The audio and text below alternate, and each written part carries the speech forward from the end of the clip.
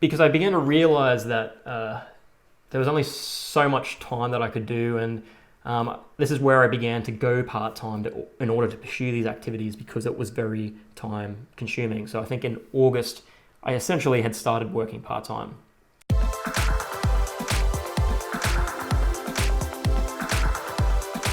Hi guys, Ken here from STEM Venturist. This is a recorded seminar all about science communication. What is the industry like? What does a career path look like? And what is it like to transition into a non-academic role? This is part 2 of a 4-part series, and today's talk is all about talking about my path and how I got into science communication. And hopefully it will give you some ideas of what you can do to build up your skill sets to enter this career path if you choose to do so. Thanks. So back to the story. How did I go down this path, and where did I begin to build my skill sets? And what are some ideas that you might be able to do to build your skill sets?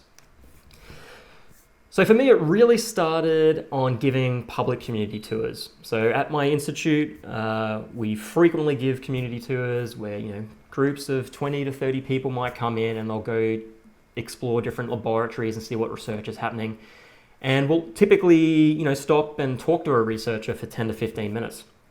And, I thought this was a really great opportunity to begin to test out some of my communication skills. And I think I did this maybe once every fortnight or once a month-ish, probably throughout my PhD. And I found it was incredibly rewarding for a number of reasons. One, it was constant exposure. And if you ever want to build skill sets, you need to do it repetitively. And so this really helped fit that brief. Secondly, it was a very low risk audience. So if you stuff something up, it's just some random person, I guess, in the community that they'll probably never see you again. And if you make a mistake, it's not really a big deal. It's low pressure. But thirdly, you could get direct feedback as to whether or not you were hitting your conversation on point. Because if you've ever tried to give, a quick 1-minute explanation of your science, and then, maybe you're at a party and someone asks you, oh, so what do you do? And you're like, oh, I'm a scientist. I do the complex genetic characterization of melanoma, understanding the BRAF gene and its role in drug resistance. And then you can just see their faces just starting to melt and just go into the nothing look. And when you're giving a community tour, it's the exact same thing. You can get rapid feedback. If you say a line that they don't understand or you've just lost the connection, then you know almost immediately. So from there, I obviously started moving into doing school outreach, so talking to schools. So we had some high school outreach seminars that I could get involved with. I reached out to my high school that I used to go with and gave a couple of talks there throughout my PhD. And this is where I sort of began to experiment a little bit with different concepts. So this is a bit of a video here showing you a UV camera that I use to sort of demonstrate how sunscreen can protect yourself from the sun in sort of real time. And this was a bit of a fun exercise. But I also began to reach out to the public more so in advocate circles. So I'm a cancer researcher, so I started beginning to talk to groups that have been affected by cancer, either that's patients or survivors, or in this picture here at the Melanoma March, which I gave at the River Stage a couple of times, I think. Really getting out there and just beginning to talk to people in a different way, but with people that had a direct impact with the research that I was focusing on. And this led into sort of getting involved in helping doing some fundraising activities. And while that sort of sounds a little bit left of field, what came with that is that some of the fundraising activities that I was doing was for an internal sort of fundraiser, I guess. And because of that, and they were really having a strong campaign trying to promote it, I ended up doing a lot of community events promoting this fundraising event, which was a 200-kilometer bike ride. And so this gave me some more opportunities to talk to different audiences, but really led to other opportunities that I didn't expect or wasn't expecting.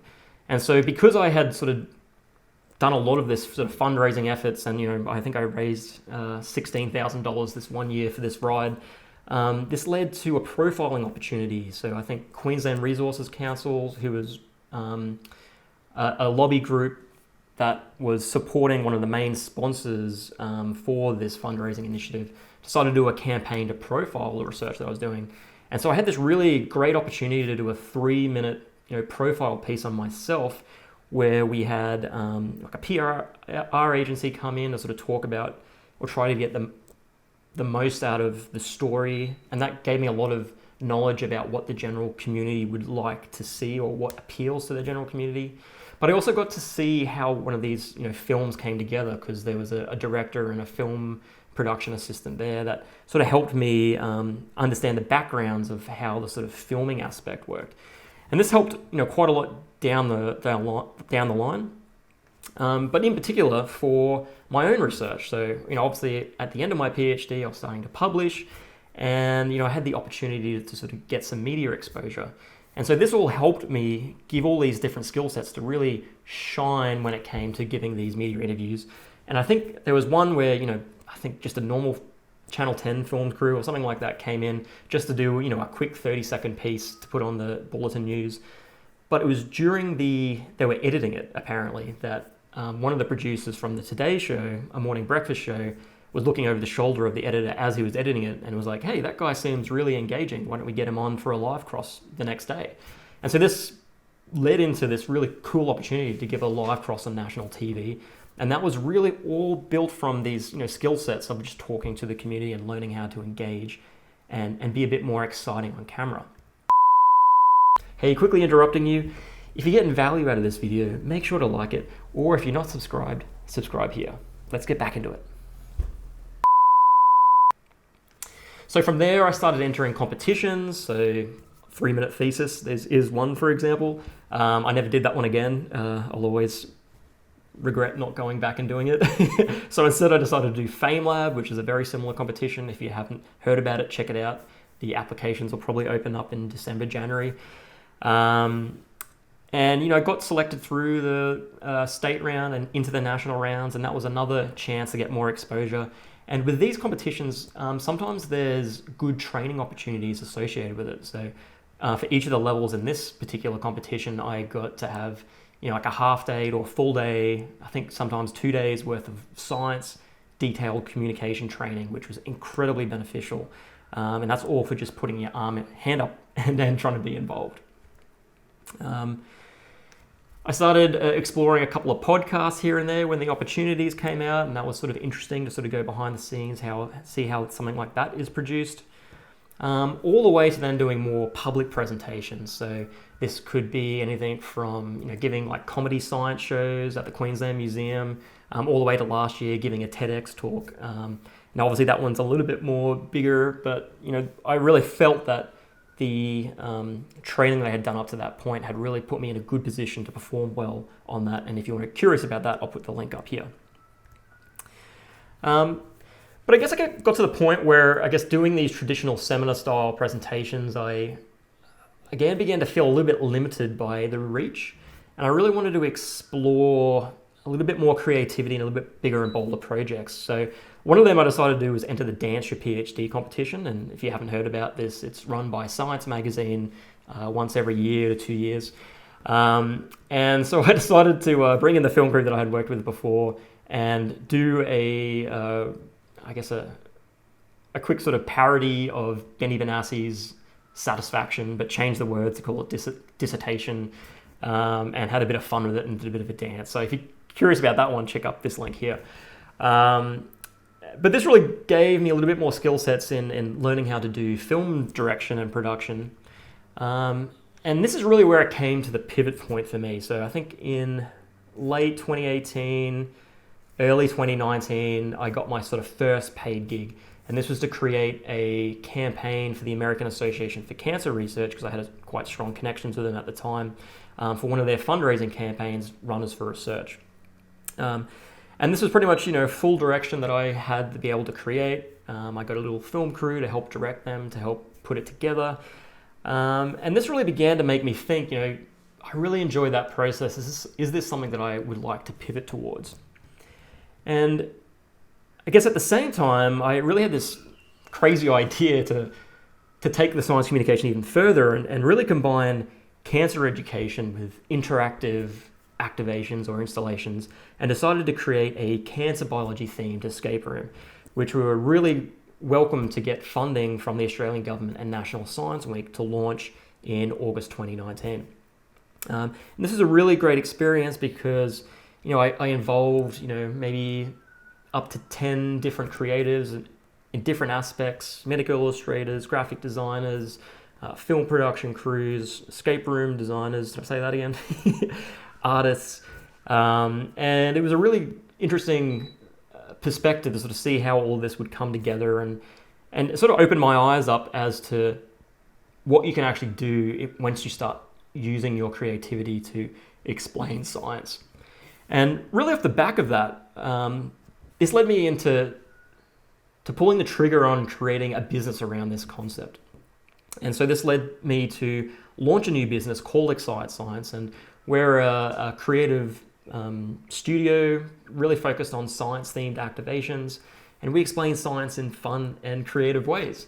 And our approach really is to sort of create activations, whether that's physical or digital, that other organizations who are doing outreach or education can use in a way to sort of up their communication, but also engage their relative audiences or funders in different ways. And this led me to sort of get into an accelerator program. So this sort of helped me understand the business aspects within, 3 months, I think this accelerator was, as well as a bit of a cash injection to get started. And that was through the QT Blue Box program, which has now ceased. And so this is basically, I think, where it sort of began to pivot, because I'm just going to go back, because I began to realize that there was only so much time that I could do, and this is where I began to go part-time in order to pursue these activities, because it was very time-consuming. So I think in August, I essentially had started working part-time. But since then, I got to be involved in a wide variety of interesting projects, one including this virtual reality game, which is a collaboration between Queensland University of Technology, as well as Real Serious Games. We're really excited that we got funding again this year to launch this nationally with a fun Queensland-based competition in the next month. So keep out to see where you can play this game and look out for the announcement. But it was a really interesting experience to sort of be involved in how a virtual reality game comes to being, as well as really seeing the impact that sort of such an immersive experience can have on the general community. And I'm really excited to announce as well that as of a couple of months ago, we were awarded a Brisbane City Council Innovation Grant to create a cancer art gallery. So this is going to be a collaborative where we take scientists and artists together to create an artwork, which then will be transferred into a 2D format and then overlaid with augmented reality and adaptive soundtrack. And I'm really excited about this project because it's bringing in a wide variety of different creatives, taking it even further. I'm expecting that we're probably going to have 20 to 30 creatives involved in this in different capacities, and there's going to be a range of different activities that will come out of this. So keep your eyes open for more announcements on this if this is something of interest. Hey, that's it for today. Hopefully you enjoyed. If you want to see the other parts in the series, make sure to click this video or this video. And as always, nothing ventured, nothing gained.